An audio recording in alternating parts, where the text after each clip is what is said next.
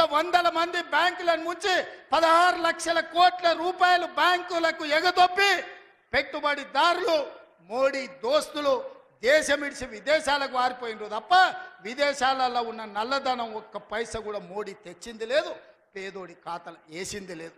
రైతుల ఆదాయం రెండింతలు చేస్తా అన్నాడు. కానీ రైతు వ్యతిరేక నల్ల చట్టాలు తెస్తే 16 నెలలు ఢిల్లీ సరిహద్దుల్లో సైనికులాగా వేలాది మంది రైతులు దీక్ష చేసి నరేంద్ర మోడీ మెడలు వంచి జాతికి క్షమాపణ చెప్పి రైతు వ్యతిరేక నల్ల చట్టాలను మోడీ చేత ఉపసంహరింపజేసిండ్రు రైతులు. అదేవిధంగా 2022 లోపల ప్రతి పేదవాడికి ఇల్లు అందిస్తా అన్నాడు మోడీ. ఏ పేదోడికి ఇల్లు ఇచ్చినవో ఈరోజు అప్పక్పల్లికి రా చూపిద్దురా మోడీ ఇచ్చిన ఇల్లు ఎక్కడుందో. నేను అడుగుతున్నా, నారాయణపేటకు రా, మోడీ ఇచ్చిన ఇల్లు ఎక్కడున్నాయో నువ్వు చూపిద్దురా. సంవత్సరానికి 2 కోట్ల ఉద్యోగాలు ఇస్తున్నాడు.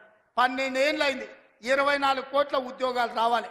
ఆ లెక్కన ఒక తెలంగాణకే 1 కోటి ఉద్యోగాలు రావాలి. ఎవరికి వచ్చినాయో ఉద్యోగాలు? ఓ కిషన్ రెడ్డికి, ఓ బండి సంజయ్కి 2 ఉద్యోగాలు వచ్చినాయి. తెలంగాణలో ఎవరైనా మోడీ ఉద్యోగం ఇచ్చిండా? ఎవరికి ఉద్యోగాలు ఇచ్చిండో మోడీ వచ్చి చూపియాలి లెక్క.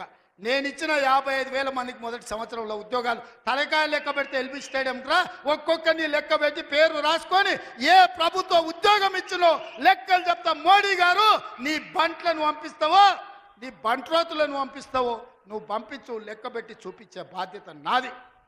మోడీ ఒక రకంగా మోసం చేస్తే ఇక్కడున్న కేసీఆర్ గారు ఇంకొక రకంగా ప్రజల్ని వంచిండు, మోసం చేసిండు, దోపిడీ చేసిండు. ఇవాళ అందుకే సూటిగా నేను సవాల్ విసిరదలుచుకున్న బీజేపీ బీఆర్ఎస్ వాళ్ళకు. బీఆర్ఎస్ 23లో అధికారం పోయింది, 24 పార్లమెంట్లో డిపాజిట్లు పోయినాయి. ఇప్పుడు జరిగే ఎమ్మెల్సీ ఎన్నికల్లో పోటీకి అభ్యర్థులు దొరకలేదు. అదో దిక్కుమాలిన పార్టీ. ఆ దిక్కుమాలిన పార్టీ తండ్రో దిక్కు, కొడుకో దిక్కు, అల్లుడో దిక్కు, బిడ్డో దిక్కు కాకుల్లాక వాడి పొడుసాలను చూస్తున్నారు.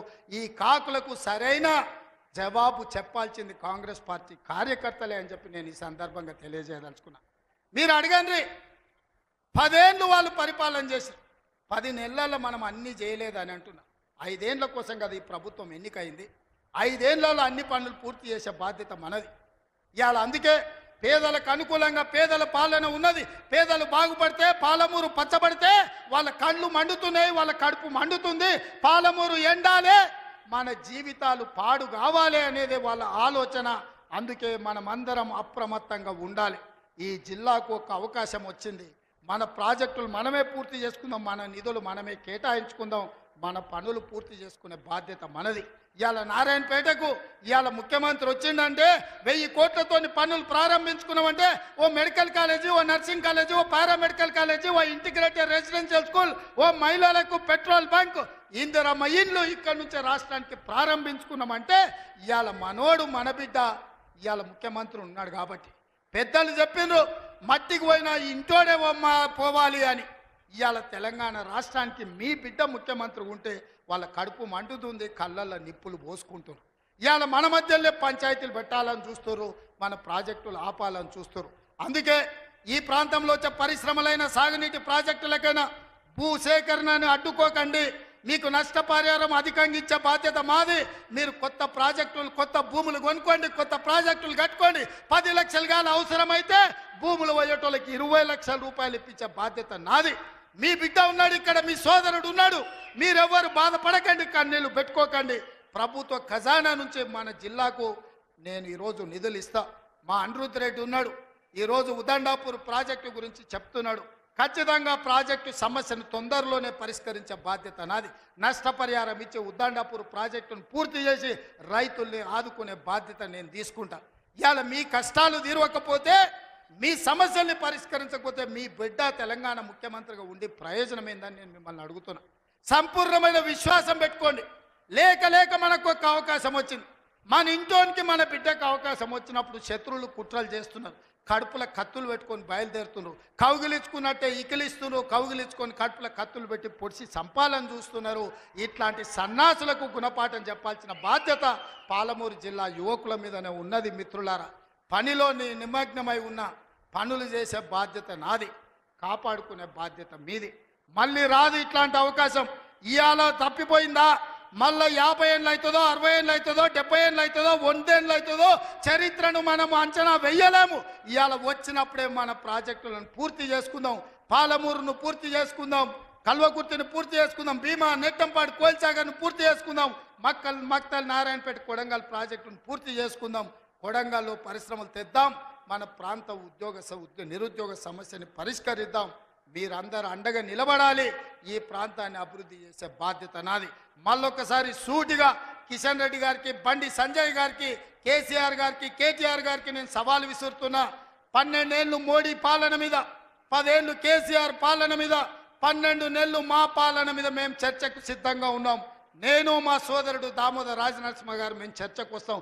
తారీఖు చెప్పండి, ఏ సెంటరో చెప్పండి, ఏ సెంటర్ అయినా మేము తయారు. మీరు సిద్ధమైతే రాండి. ఎవరు ఏం చేసిండ్రో చర్చ చేద్దాం, తేలుద్దాం, తెలంగాణ ప్రజలకు వాస్తవాలు చెబుదాం.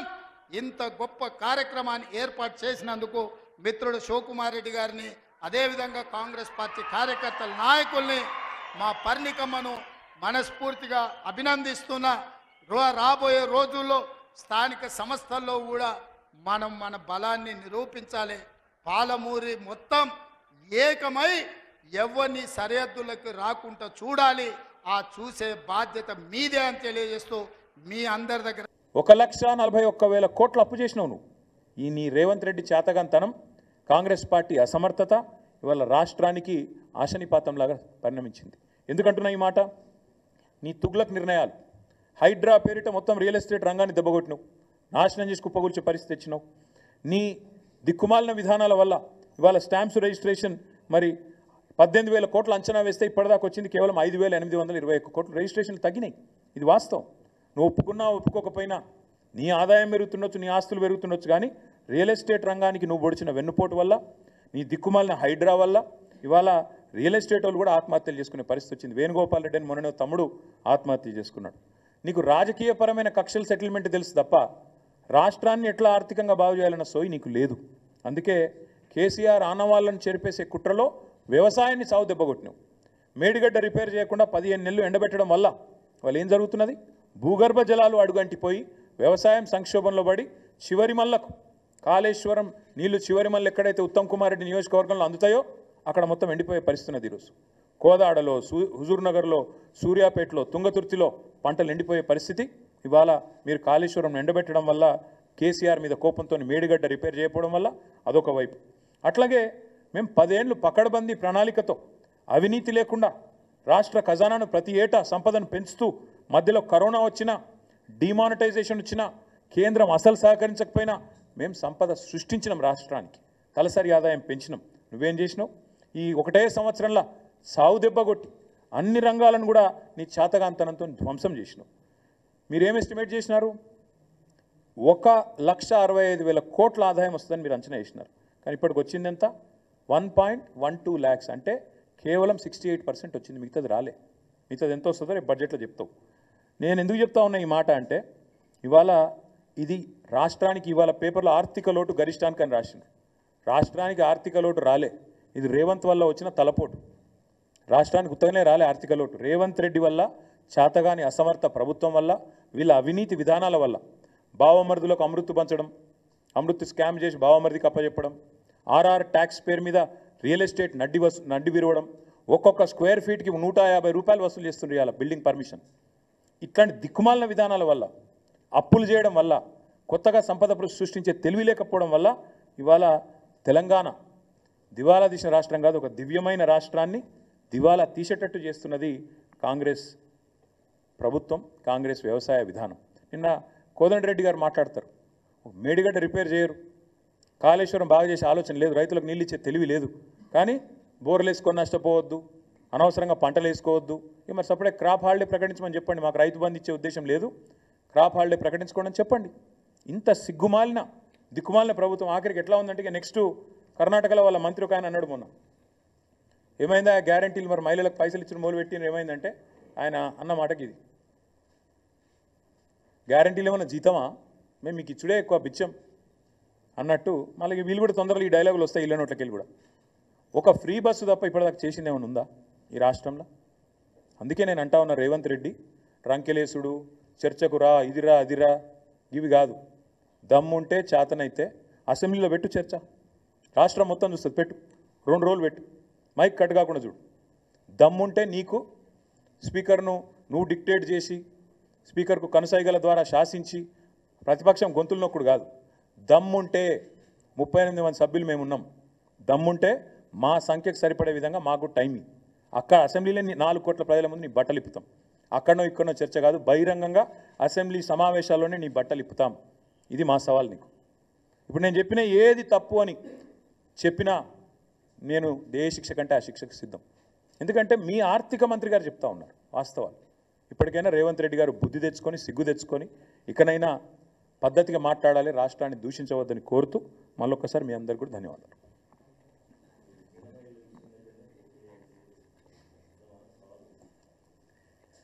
మేము కూడా ప్రతి సవాల్ చేయవచ్చు, ఏముందన్న అందులో. రాష్ట్రంలో రైతు రుణమాఫీ ఎక్కడ 100% అయిందో ఏ ఊళ్ళే ఆ ఊళ్ళే మేము పోటీ చేస్తాం, మేము పోటీ చేయండి. ఎక్కడన్నా ఒక ఊరు చూపెడతావా? కొండారెడ్డిపల్లిలో అయిందా 100%? కొడంగల్లో అయిందా? మీ అత్తగారు ఊళ్ళో అయిందా? ఎక్కడైంది?